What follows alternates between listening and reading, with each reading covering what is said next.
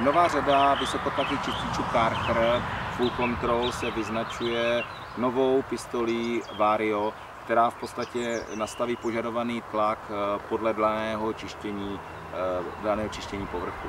Je opatřena dvěmi tryskami, jedna, která v podstatě nastavuje samotný tlak dle toho, jaký povrch čistíme, a následně rotační tryska, která vlastně vytváří maximální tlak na daný povrch.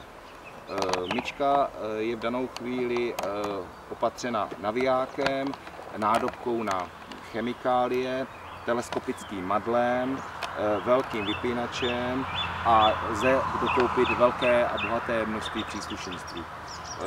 Tlakové myčky se dají využít na čištění de facto všeho možného kolem vašeho domu nebo na zahradě.